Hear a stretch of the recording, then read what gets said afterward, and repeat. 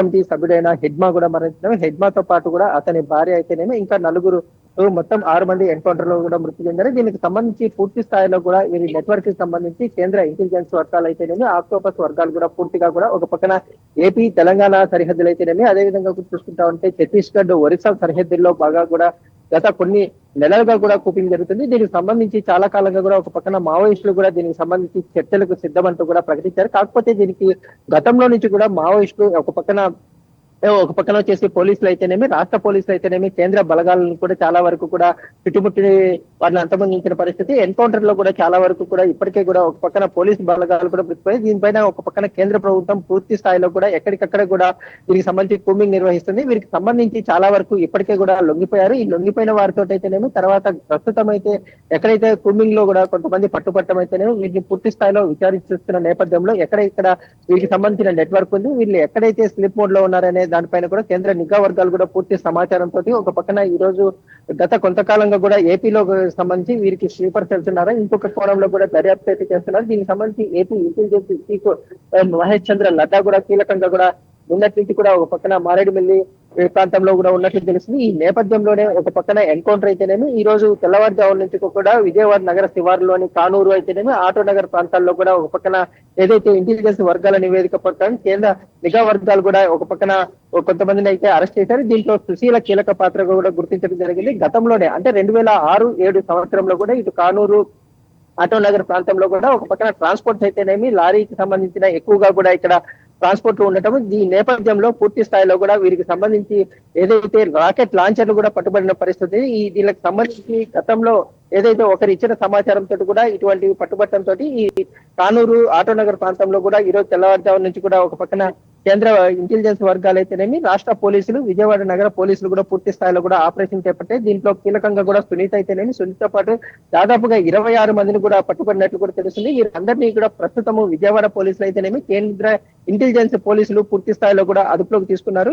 వీరిని కూడా రహస్య ప్రాంతంలో తీసుకెళ్లి ప్రస్తుతం అయితే వీరి నుంచి కూడా ప్రస్తుత పరిస్థితుల పట్ల కేంద్ర బలగాలు కూడా పూర్తి స్థాయిలో కూడా ఇంటెలిజెన్స్ వర్గాలు కూడా వారి నుంచి సమాచారం రాబట్టే పరిస్థితి ఉన్నట్టు కూడా తెలుస్తుంది. దీనికి సంబంధించి ఇప్పటికే కూడా చాలా వరకు కేంద్రానికి సంబంధించి ఆదేశాలు అయితేనేమి, అదే విధంగా కూడా ఒక పక్కన మావోయిస్టుల పైన కేంద్రం పూర్తి స్థాయిలో కూడా ఉపాదం అయితే మోపే పరిస్థితి కూడా కనిపిస్తుంది. ముఖ్యంగా చూసుకుంటా ఉంటే మావోయిస్టులు ఎక్కడున్నా కానీ తప్పనిసరిగా కూడా వారిని అందరినీ కూడా పట్టుకుంటామనేసి కేంద్ర ప్రభుత్వాలు కూడా ఒక పక్కన చెప్తున్న నేపథ్యంలో మావోయిస్టులు కూడా పూర్తి స్థాయిలో కూడా లొంగిపోవడానికి కూడా సిద్ధమవుతున్నారు. కొందరు ఎక్కడైతే ఈ స్లీప్ మోడ్ ఉంటుందో ఆ ప్రాంతాలకు కూడా వెళ్లి తలదాచుకుంటున్న పరిస్థితి. అదే మోడ్ లో చూసుకుంటా ఉంటే ఏదైతే మావోయిస్టుకి సంబంధించి హిడ్మా దేశంలోనే ప్రఖ్యాతిగాంచిన మావోయిస్టు నేత, ఇతనికి సంబంధించి ఒక పక్కన ఆంధ్ర అయితేనేమి, తెలంగాణ, ఒరిస్సా, ఛత్తీస్గఢ్, బెంగాల్ ప్రాంతాలకు సంబంధించి పూర్తి స్థాయిలో కూడా ఇతనికి ప్రతి అణువు కూడా ఇక్కడ జరిగే ప్రతి కదలికలు కూడా ఇతనికి తెలుస్తున్న నేపథ్యంలో ఇతను కూడా దీనికి సంబంధించి పూర్తి స్థాయిలో కూడా ఒక పక్కన మారేడుమల్లి ప్రాంతాల్లో తలదాల్చుకుంటున్న నేపథ్యంలో కూడా పూర్తి సమాచారంతో కూడా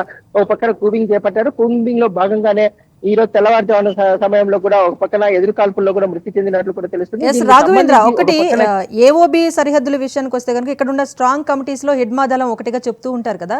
సో ఈ హిడ్మా దళం కార్యాచరణకు సంబంధించి పోలీసులు ఏం చెప్తున్నారు? ఇప్పుడు 9 మంది సెంట్రల్ కమిటీ సభ్యులను కూడా పట్టుకున్నామని చెప్తున్న నేపథ్యంలో కొంతవరకు ఇది మావోయిస్టులకు ఎలాంటి ఎదురు దెబ్బగా భావించవచ్చు అంటారు? అంటే ఇప్పటికే మావోయిస్టులకు సంబంధించి చాలా వరకు కూడా కేంద్ర బలగాలు, నిఘా వర్గాలు పూర్తి స్థాయిలో కూడా ఏరువేతకు సిద్ధమవుతున్న నేపథ్యంలో ఒక పక్కన కేంద్ర బలగాలతోటి ఏదైతే పూర్తిగా కూడా కూంబింగ్ అనేది ఒక పక్కన ఆంధ్ర ఏఓబి సరిహద్దు కావచ్చు, మరో పక్కన జార్ఖండ్ కావచ్చు, ఇంకో పక్కన వచ్చేసేసి బెంగాల్ సరిహద్దుల్లో కావచ్చు, పూర్తి స్థాయిలో కూడా ఈ సరిహద్దుల్లో అటవీ ప్రాంతాలు అయితేనేమి, గతంలో నల్లమల్ల ప్రాంతంలో కూడా ఉండేది. ఇప్పుడు నల్లమల్ల ప్రాంతంలో కూడా గతంలో నుంచి నిఘా ఉన్న నేపథ్యంలో నల్లమల్ల ప్రాంతం నుంచి మిగతా ప్రాంతాలకైతేనేమి తలదాల్చుకోవడానికి కొన్ని పట్టణ ప్రాంతాలకు కూడా వెళ్లిపోయిన పరిస్థితి. అదే క్రమంలో కూడా ఈ రోజు విజయవాడలో కూడా ఇంతమంది కూడా భారీగా పట్టుబట్టడం అయితేనేమి, అదే విధంగా కూడా ఒక పక్కన మారేడుమిల్లిలో కూడా ఎన్కౌంటర్ జరిగిన పరిస్థితి కూడా కనిపిస్తుంది.